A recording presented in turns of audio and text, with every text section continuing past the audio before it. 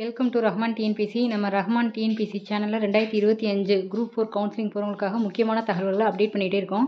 So இன்றைக்கி இந்த வீடியோவில் வந்து என்ன பார்க்க போகிறோம் அப்படின்னா, நம்ம ஜேஏ, பில் கலெக்டர், விஏஓ இந்த கவுன்சிலிங் வந்து முடிய போகுது.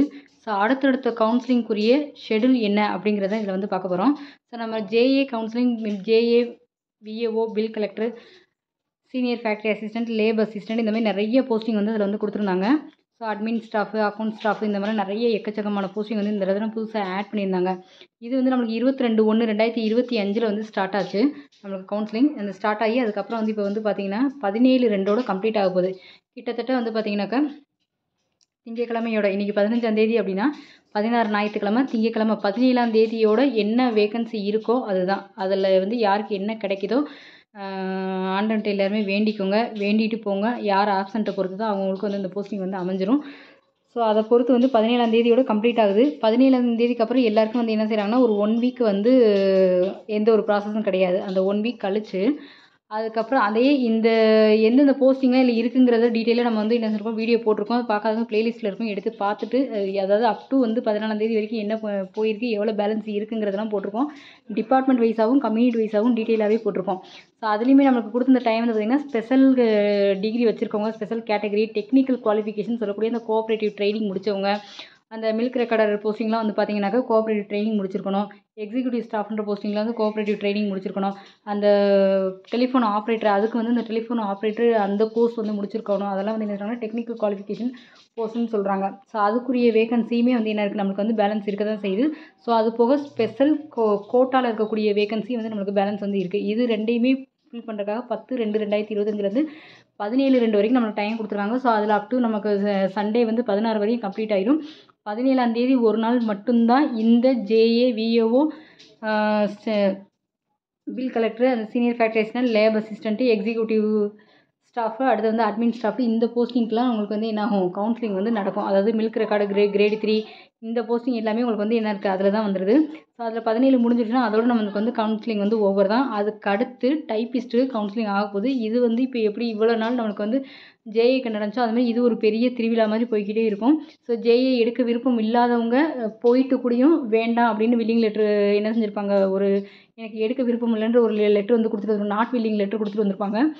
அதே மாதிரி அங்கே போனவங்க எடுத்தவங்களுக்கு டைப்பிஸ்ட் மெமோ வந்து டவுன்லோட் ஆகாது அப்படிங்கிற ஒரு இன்ஃபர்மேஷனே அவங்க வந்து கொடுத்துருந்தாங்க. சப்போஸ் போயிட்டு நாட் வில்லிங் லெட்டர் கொடுத்துருந்தாங்கன்னா அவங்க எல்லாரையும் வந்து என்ன பண்ணுவாங்க அப்படின்னா, இந்த டைப்பிஸ்ட்டில் அவங்க எந்த ரேங்க்கில் வராங்க, அப்போ சப்போஸ் இப்போ அவங்களோட ரேங்க் வந்து ஒரு 300 அப்படின்னா ஜேஏ கவுன்சிலிங் போகும்போது அவங்க அந்த 300வது டைப்பிஸ்ட் ரேங்க்கை அவங்க யூஸ் பண்ண முடியாது. ஜேஏக்கு என்ன ரேங்க் இருக்கோ அதை மட்டும் யூஸ் பண்ணிட்டு வந்திருப்பாங்க.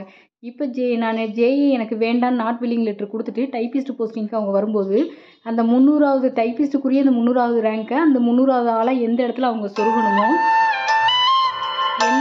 சொருகணுமோ அந்த இடத்துல வந்து என்ன செய்வாங்க அப்படின்னு சொல்லி கேட்டாக்க, நடுவில் சொருகிறதுக்காக என்ன பண்ணுவாங்க அப்படின்னா, அதுக்குரிய டேபிளே வந்து வித்தியாசப்படும். ஏன்னா எத்தனை பேர் வந்து அந்த மாதிரி நாட் வில்லிங் லெட்டர் கொடுத்துருக்காங்களோ அவங்கள அந்தந்த ரேங்க் வைஸாக அவங்க வந்து என்ன செய்யணும், அரேஞ்ச் பண்ணணும். அந்த அரேஞ்ச் பண்ணுற ஒர்க்குக்காக இந்த இடையில வந்து ஒரு கேப் கொடுத்துருப்பாங்க. இந்த கேப் முடிஞ்சதுக்கப்புறம் வந்து பார்த்திங்கன்னா, நம்மளுக்கு எப்போ ஸ்டார்ட் ஆகுது டைப்பிஸ்ட்டுக்கு அப்படின்னு பார்த்திங்கன்னா,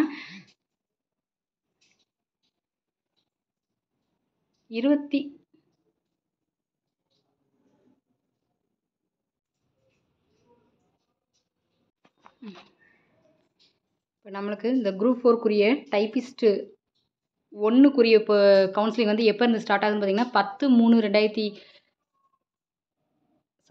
அதாவது 24/2/2025 ஸ்டார்ட் ஆகி 5/3/2025 வரைக்கும் டைப்பிஸ்ட்டு 1க்கு நடக்கும்.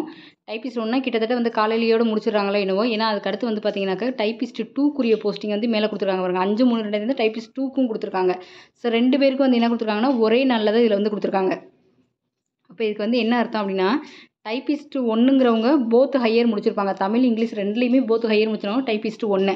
டைப்பிஸ்ட் 2ங்கிறவங்க ரெண்டுலேயுமே வந்து ஏதாவது ஒரு லோயர் முடிச்சு, தமிழ் வந்து கண்டிப்பாக லோயர் வந்து ஏதாவது முடிச்சிருக்காங்க அப்படின்னா டைப்பிஸ்ட் 2 கிரேடில் வருவாங்க. அப்போ இங்கே வந்து 5/3 காலையில் வரையும் நடந்துச்சுன்னா 5/3 மதியானத்துக்கு இந்த டைப்பிஸ்ட் 2 வைக்கிறதுக்கு அவங்களுக்கு கவுன்சிலிங் வந்து கரெக்டாக இருக்கும். ஸோ அதனால் வந்து நம்மளுக்கு வந்து 24/2/2025 வந்து ஸ்டார்ட் ஆகி 5/3/2025 வரைக்கும் வந்து என்ன இருக்குது அப்படின்னு கேட்டாக்க கவுன்சிலிங் வந்து நம்மளுக்கு வந்து நடக்கும். ஸோ அடுத்து இது முடிஞ்சதுக்கப்புறம் ஸ்டெனோ டைப்பிஸ்ட்டுக்கு வந்துருவாங்க. ஸ்டெனோ டைப்பிஸ்ட்டுக்கு வந்து பார்த்திங்கன்னா அதுக்கப்புறம் இடையில ஒரு கேப் வரும் இல்லையா? ஏன்னா டைப்பிஸ்ட் முடிச்சிருக்கவங்க ஸ்டெனோ முடிச்சவங்களும் இருப்பாங்க. ஒரு டைப்பிஸ்ட்டும் முடிச்சு போத் ஹையரும் முடிச்சு அதுக்கப்புறம் ஸ்டெனோ முடிச்சவங்களும் இருப்பாங்க. அப்போ அவங்க வந்து எனக்கு டைப்பிஸ்ட் வேணான்னு எழுதி கொடுக்குற வைஃபா அவங்க என்ன செஞ்சிருப்பாங்க, ஜேஏவும் வேணாம் டைப்பிஸ்ட்டும் வேணான்ற அந்த நாட் வில்லிங் லெட்டர் கொடுத்துருக்கலாம். இல்லை போய் அட்டன் பண்ணாமல் கூட இருந்திருக்கலாம். அட்டன் பண்ணாமல் டைரெக்டாக ஏன்னா அவங்க ஸ்டெனோவில் வரும்போது அவங்களோட ஓன் டிஸ்ட்ரிக்டில் அவங்களுக்கு கிடைக்கிறதுக்கு வாய்ப்பு இருக்குது. அந்த மாதிரி ஒரு ஆப்ஷனுக்காக என்ன பண்ணியிருப்பாங்க அப்படின்னா ஸ்டெனோ டைப்பிஸ்ட் எடுக்கிறதுக்காக அவங்களாம் வெயிட் பண்ணிகிட்டு இருப்பாங்க. இதில் வந்து ஸ்டெனோ டைப்பிஸ்ட் என்னைக்கு ஸ்டார்ட் ஆகுதுன்னு பார்த்தீங்கன்னா 12/3/2025 ஒரே நாள் தான். ஸ்டெனோ டைப்பிஸ்ட் 2க்கும் அதே தான். ஸ்டெனோ டைப்பிஸ்ட்டு கிரேடு 3 கிரேடு 2க்கு கிரேடு 3 ரெண்டுக்குமே ஒரே நாள் தான் வைக்கிறாங்க.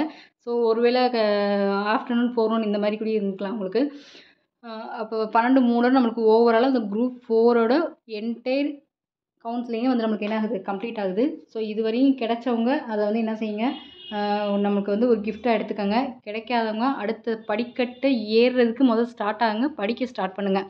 ஸோ அவ்வளோதான் நம்மளால் வந்து சொல்ல முடியும். படிக்க ஸ்டார்ட் பண்ணிட்டீங்களே போதும். அதுக்கப்புறம் நீங்கள் மற்ற விஷயங்களெல்லாம் போட்டு மண்டையில் போட்டு குழப்பிட்டு நான் இன்னும் 1 மார்க்கில் போயிடுச்சு 2 மார்க்கில் போயிடுச்சுன்னு போட்டு நம்ம சொல்லிகிட்டே இருக்கிறதுனால எந்த ஒரு யூஸும் இருக்க போகிறதில்ல. அப்படியே அந்த டச்சு விடுபடாமல் அப்படியே என்ன செஞ்சுருங்க, சிலபஸையும் கொஞ்சம் மாற்றிருக்காங்க இல்லையா? அதுக்கேற்ற மாதிரி நீங்கள் ஜேர்னி பண்ணி போங்க. அடுத்த அட்டம்ப்ட்டில் இதே மாதிரி கவுன்சிலிங்கில் உங்கள் நேம் வந்து போஸ்டிங் எடுக்கிறதுக்கு எல்லாருக்குமே வாழ்த்துக்கள். ஸோ அடுத்து டைப்பிஸ்ட் கவுன்சிலிங்காக ரெடியாக இருங்க. நம்ம சேனலை சப்ஸ்கிரைப் பண்ணுங்கள். கவுன்சிலிங் போகிறவங்களுக்கு நம்மளோட சேனலை வந்து ஃபார்வர்ட் பண்ணுங்கள். தேங்க்யூ.